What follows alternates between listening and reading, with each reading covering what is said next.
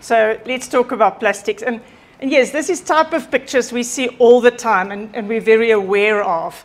And if I look across the audience, I think most of you are the upper LSM. So maybe I should ask you quickly, how many of you do recycling at home? Well, that's very, very good. How many of you are doing composting at home? Not so good. But at least it doesn't look too bad. If you live in one of these townships, you don't have a bin that you can put on the pavement on a Wednesday morning. You definitely don't have composting. And you don't even think about recycling because you're wondering where's your next meal going to come from. And we mustn't lose sight of that in a South African context. If we open social media, and I think we're all very aware of that, I'm the post-50s, so I'm afraid my social media skills is like non-existing. But if you ask your children, your grandchildren, they very quickly say to you, here's Instagram and here's Facebook and all these things I can't even pronounce. But for me, the social media have brought the plastics problem close to us. I'm roughly 30 years in the industry, and 30 years ago, it was a big thing about plastics in the environment. I know the first product that hit my desk was a golf tee made from biodegradable plastic. And the golfer says, this is great because you don't have to pull it out when you tee off. I think that's the word. You don't have to pick it up. Tonight they put the sprinklers on, this thing softens, and the lawnmower comes tomorrow morning and it's gone.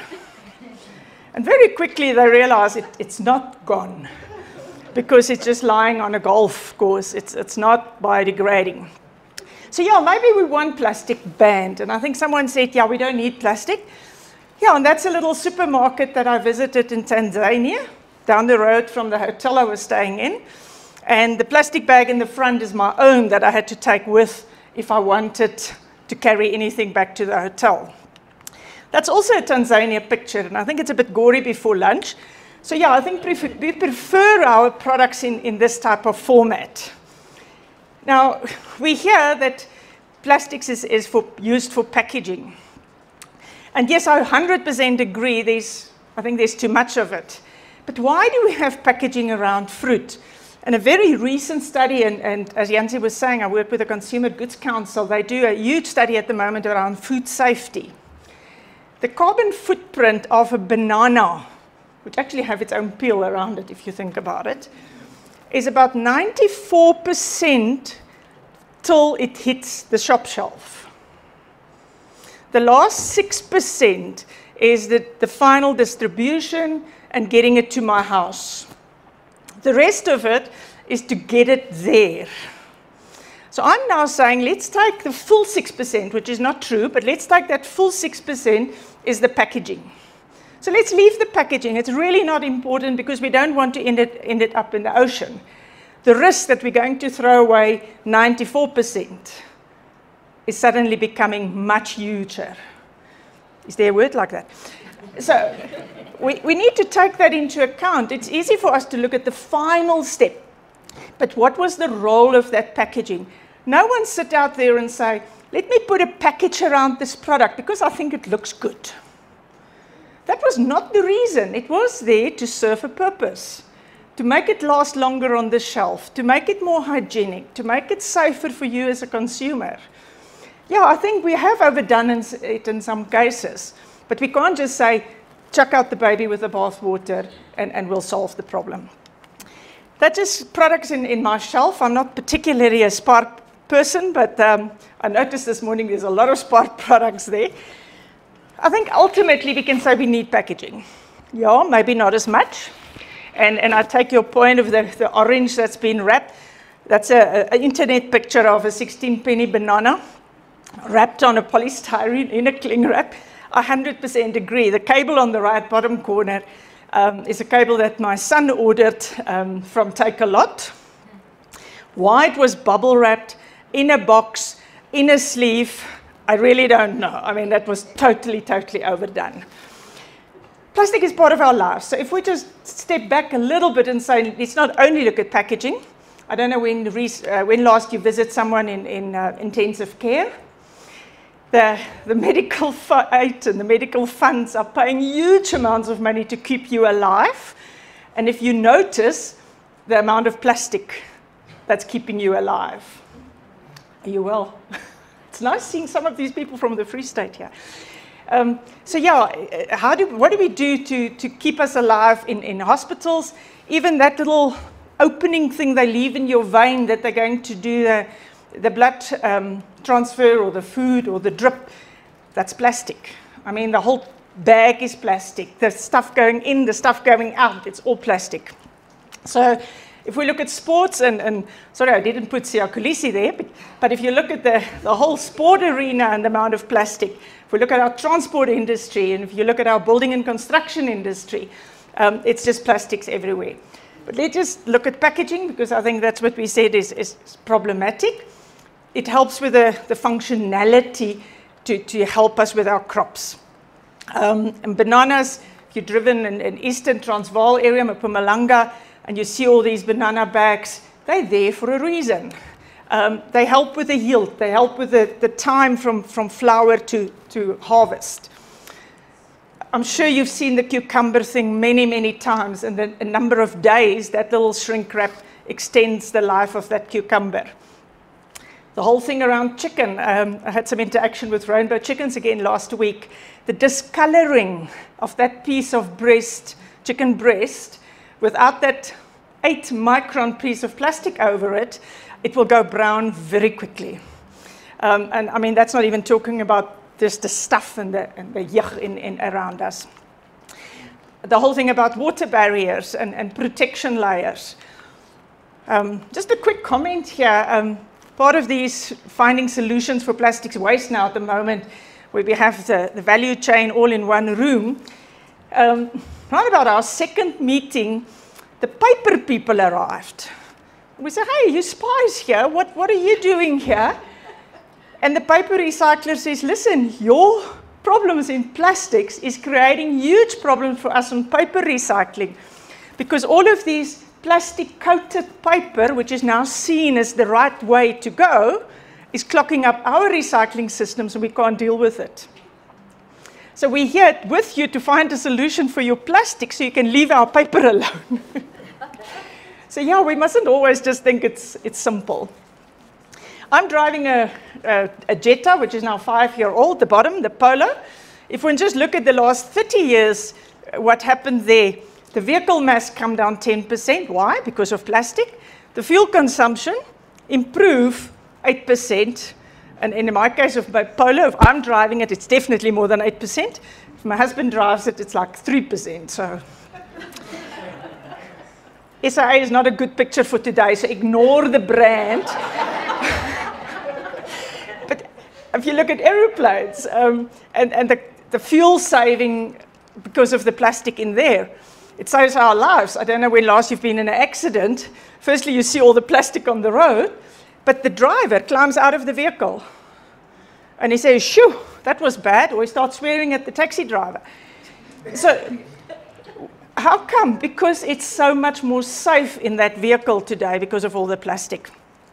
We can extend that to other types of life-saving devices. It makes our inefficiencies better. I mean, suddenly, people with hearing aids, it's so small, 3D little printed hearing aid plastic, right inside the ear, you can't even see it. Or some other, Oscar is maybe not a good picture either. But look, let's look at animals. If we have shortcomings, we can use the plastic to help us there. Plastic can save carbon, and I like the carbon footprint question that was coming out of the audience. This is a European stats. If you just take those, I think it's 1 million or something carrier bags used in the UA or European Union, we replace that, we will need 2.2 million more trees, and that will generate just a huge amount of CO2. Not generate, we'll cut it down because we need the paper bags. Plastic gives us fun, and plastic gives us fun in a different way as well. And I suppose it helps us communicating because all of this is plastic today here. So yeah, plastic is part of our lives, and how do we deal with that? So let's just look at what is the local industry. And we're saying in South Africa, we use predominantly coal to manufacture plastic from. So let me just take you quickly through the chemistry. And most of you here are scientists and chemists, so please bear with me. Sasol in South Africa makes petrol, and that's what they get paid for. And that's what their stocks is about. Now, similarly, if you go right across the world, all the companies that manufacture plastics, that's their secondary product. Their primary product is fuel. So as long as we have motor cars and Escoms and electric light, we're going to have a petrochemical drain, if you can call it that.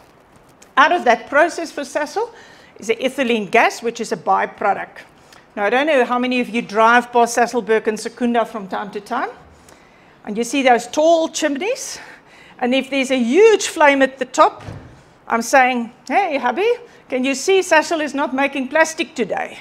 He said, how do you know? Because they need to flare off the ethylene. If the flame is just visible, okay, the polymerization plant is running, they're busy making plastic from the ethylene. So let's just kill plastic now. Stop using plastic. Where's that ethylene going to go? Okay, we're going to burn it and release it. And where's the scientist? What will it release and what's going into the atmosphere and all that? So we can't just say one problem is going to solve another problem. We need to look at the bigger picture. Sasol sells that ethylene gas, and I just picked the two that's in Sasolburg, to Sasol Polymers or Safripol. They polymerize it, they make a powder, and yes, we add additives, and some of those additives are problematic, and we turn up into pellets, little round balls, and we're making plastic products. So yes, we say plastic is a byproduct. If we take all the petrochemicals used in the world, 4% is going into plastics. And if you Google, like most of you quickly do when I say something, you'll see some stats say 6% because they include textiles. And textiles in this slide is part of other. So let's kill plastics immediately. That's the stuff lying in a hospital, that's the carpets, that's your cell phone, that's your motor car, that's everything. We're only going to solve a 4% plastic problem. But we're going to add to this other part, because we won't have a polar fleece jersey to put on if the aircon is too cold. We won't have an aircon. We're going to use more diesel in my polo car because it's going to be heavier. So it's not so simple. So Prof. Ali, I like your, it's in between all of these challenges. We need to find the optimum middle way. If we look at South Africa, worldwide, they measure the plastics according to how much did we make in the country. And in South Africa, we've made 1.5 million tons in 2018. That's 332, that was recycled polymer that been a product and come back and have made new products. So I split the two so you can see the combined. We grew about 4.9. I think our population grew by, where's the statisticians? I think it's 6%. So we're actually okay, we're growing slower than population. If this was my plastics industry audience, I would say, oh, shucks, guys, we're not doing so well. If it's a green audience, I'll say we're actually doing okay because we're managing to get further with less. So if we put some stats to it, we say that recycling have grown in the last, 9 years, nearly 60%, and the virgin side have grown 26%. So if we live long enough, 200 years, we may catch up that the recycling is more than the virgin. And yes, I think we're moving towards that much quicker than we think. What type of plastics are we using? If we take the full menu, buffet, what do you call it, the whole lot of them, we're only about 0.4% of the world market. We're absolutely tiny. So if we read about this 8 million tons of plastics that end up in the sea, obviously the plastics industry had a wide wake-up call and said, shucks, let's find out where is this. How come Ellen MacArthur says this is where the waste is? It was very quickly determined that it's 4 oceans in India and China and Indonesia is taking that plastics into the sea.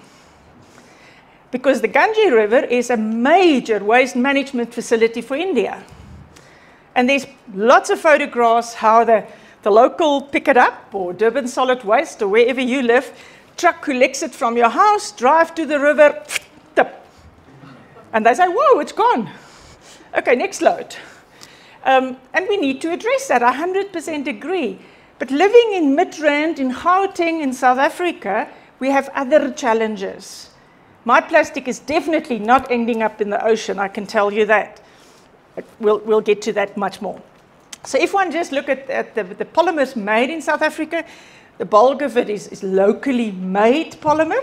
And yes, that's why we watch this CSIR projects with good skill, because that can add to a locally manufactured polymer. There's definitely room for another polymerization plant. So Sasol is making the LDs and polyprops and PVC. Hossaf is making the PET, and Safripol is making polyprop and HD. And there's a few small little plants that's doing some of these others at the bottom, which is mainly for adhesives and binders and glues and things like that. So where do they end up? And you've seen that already from Sudhakar as well. A lot of it is packaging. Is it because our packaging is so well developed, or is it because the rest is underdeveloped? And I'm going that way because, yes, I see there's now a cell phone made in South Africa. I'm still trying to figure out. Have you read about it? The Mara. So who have a Mara already? I don't know who calls a cell phone so bitter, but it doesn't sound like it will work. But yeah, we need to grow that other half of the industry much more. So yes, we're predominantly packaging, and that creates problems. You've seen the Durban Beach pictures in the last week again. This is a picture from a few weeks back. The moment there's rain, it's not that suddenly Durban has lots of plastics. It's that there's 4 million people living along the banks of the Umgeni River that doesn't have a bin they can put on the pavement.